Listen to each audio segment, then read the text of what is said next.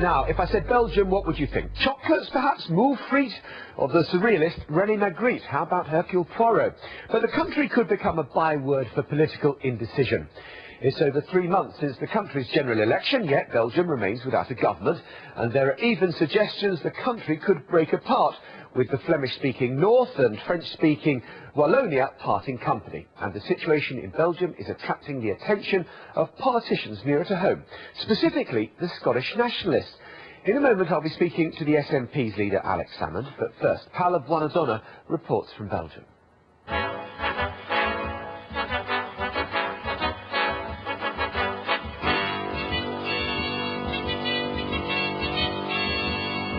We see Belgium as the home of good food, strong beer and European bureaucrats. But the Belgians are having a harder time defining themselves. In many ways, this is not one country, but two culturally distinct nations, the Dutch-speaking Flemish in the north and the French-speaking Walloons in the south. Each have their own media, political parties and parliaments. The evolution towards independence of Flanders is unavoidable, and now we've arrived at a crossroads in our history. If the two people here can't find ways to live together with their differences, recognize their differences, I think that will be a failure for mankind. For over 100 days, the country has been without a government, as politicians argue on how much more power different regions should have. And now there's even talk of the two language groups heading towards a separation. Here in Ghent and in other prosperous Flemish cities, many feel ready to embark on independence.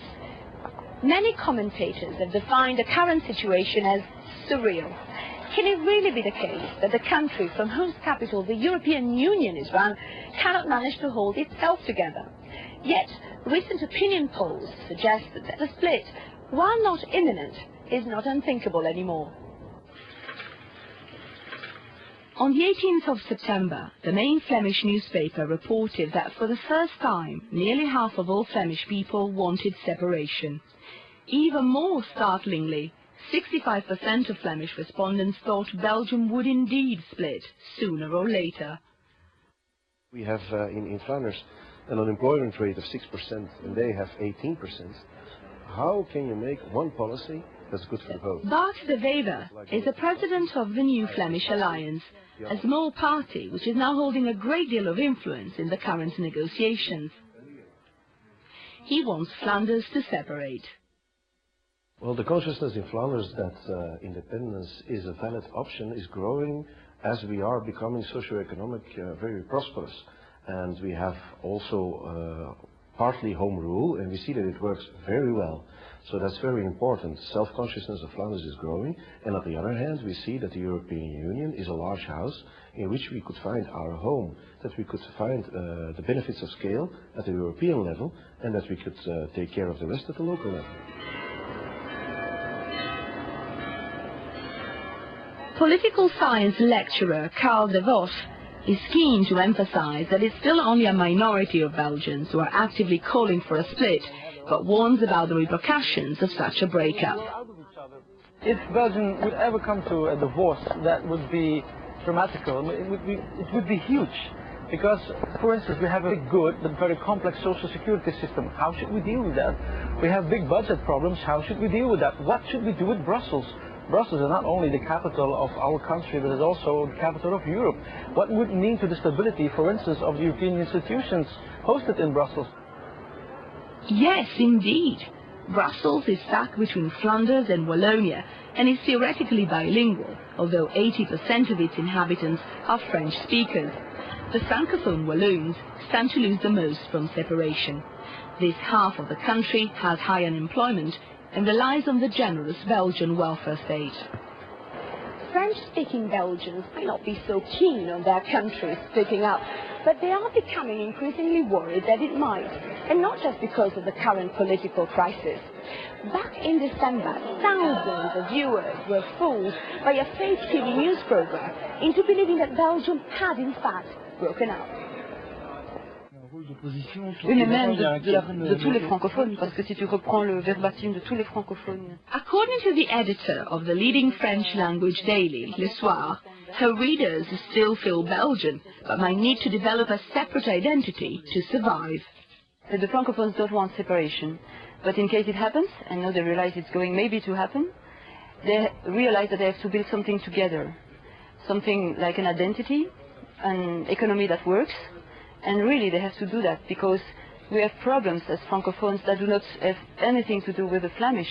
That is problems we have to solve ourselves, and we have to take our destiny in our hands. Any split would affect the status of Brussels, which hosts the European institutions. Nationalist politicians believe that Europe makes it easier for the likes of Flanders, Scotland and others to go it alone and prosper. But a former Prime Minister and grand old man of Belgian politics, now an MEP, disagrees. Well, the existence of the European Union can give the impression to autonomous movements in different member states that there is more room now to go along, but I don't think that the reality is such, because the links between the member states are so strong that if you break them in one of the member states, that will have enormous problems within the European Union.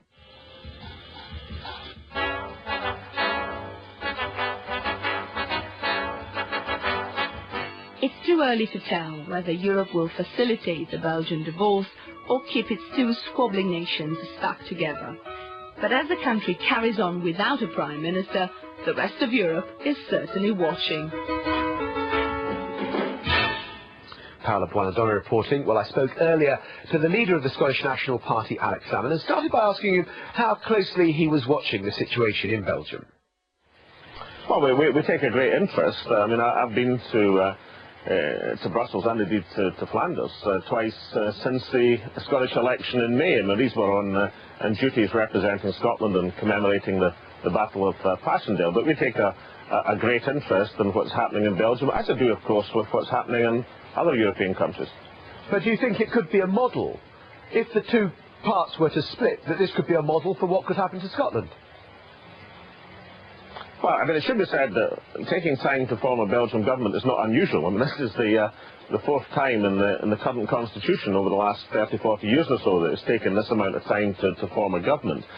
But I think the key point, looking at your film, is that whatever happens to the future of Belgium, and that's a matter for the communities of Belgium, whatever happens, it will be within the context of the broader European Union. Nobody in their right mind would suggest that the Flemish or the Wallonians or the people in Brussels would ever be outside the context of the European Union. So the key point is the future of Belgium, the future of the communities of Belgium, will be determined by them as part of the wider Europe. But it's not automatic that they'd be allowed to stay in the European Union. Well, actually, nobody, I think, in the right mind would suggest that Brussels, the centre of European institutions, would ever conceivably be in a position to be outside the European Union.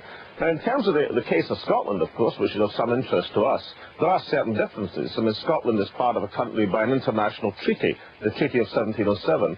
If that treaty was dissolved, then the two parts, the two succeeding states, would have the same rights with regard to each other, and indeed with the rest of Europe. They would inherit the treaty obligations that the United Kingdom signed in our name. So we'd have to negotiate representation, but we'd do so from within the context of the European Union. But you heard Jean-Luc Dehaene there, a grand old man of European politics and Belgium himself, issuing a warning shot saying it's not just going to be that easy. We don't want to encourage nationalist groups to go their own way.